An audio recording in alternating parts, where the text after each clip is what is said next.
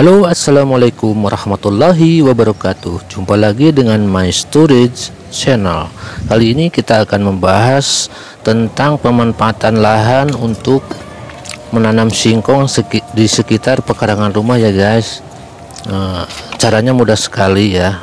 Kita hanya menyiapkan satu batang atau beberapa batang pohon singkong yang sudah kita ambil dari tanaman sebelumnya ya. Nah, kita potong kurang lebih 2 jengkal ya, masing-masing 2 jengkal yang untuk nanti kita tanam, sejengkal setengah sampai 2 jengkal kawan ya. Itu tergantung, itulah kira-kira lah segitu ya, jangan terlalu pendek, jangan terlalu tinggi juga kawan ya, nanti biar umbinya juga bagus. Sekitar 1 jengkal setengah sampai 2 jengkal ya. Nah, kita potong-potong nih kawan. Nanti setelah kita potong ini, kita akan gali tanah, kita gemburkan, bisa menggunakan cangkul, sekop atau golok atau yang besi, bisa buat gali lah gitu ceritanya gitu kawan ya. Jadi nah, kalau saya ini menggunakan golok ya, karena ini kita bukan nanam kelas besar ya kawan, cuman hanya memanfaatkan lahan yang ada di sekitar rumah kita kawan ya. Kawan semua juga bisa memanfaatkan lahan yang ada di rumah kawan semua, nggak usah perlu lahan luas, yang penting ada lahan kosong walaupun hanya sedikit. Kita bisa tanam 1, 2 atau 3 batang atau sampai 10 batang pohon. Nanti kita akan bisa manfaatkan daunnya ataupun umbinya kawan ya. Nah, kita ini gali-gali dulu ya tanahnya. Ini di pinggiran halaman rumah ini kawan ya. Kita manfaatin yang ada yang kosong, sekalian buat tanaman pagar juga, sekalian juga kita nanti dapat daunnya. Dan nanti setelah 6 bulan sampai 8 bulan bahkan sampai 1 tahun kita bisa manfaatin, ambil umbinya dan batangnya kita tanam kembali kawan ya. Seperti itulah, berulang. Nah, kita tancapkan yang satu ini contoh cara nanam ya kawan ya, mudah kok, hanya gali, digemburkan tanah. Setelah kita potong batang, kita tanam seperti ini, kita timbun lagi sama tanah. Nah, kita tanam lagi yang satunya kawan ya.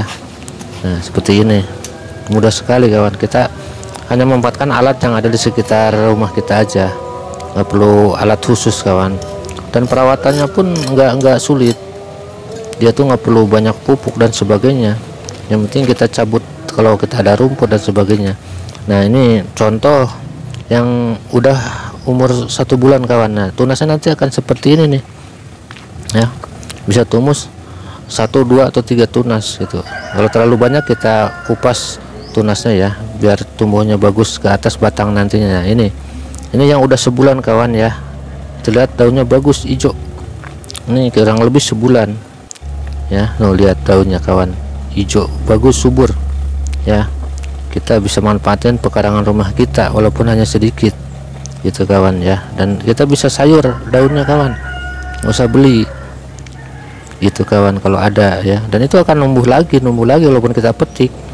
Nah, ini ya, kalau ini yang kurang lebih udah 2 bulanan ya, udah seperti ini ya, batangnya tunasnya udah agak panjang ke atas ya. Kita 2 bulanan nih kawan ya. Nah, udah panjang ke atas. Nah, jadi emang agak lama tapi jangka panjang gitu, karena ini nggak perlu perawatan khusus, nggak usah ditungguin. Nah, ini kalau ini batang yang udah 3 bulanan ya kawan ya,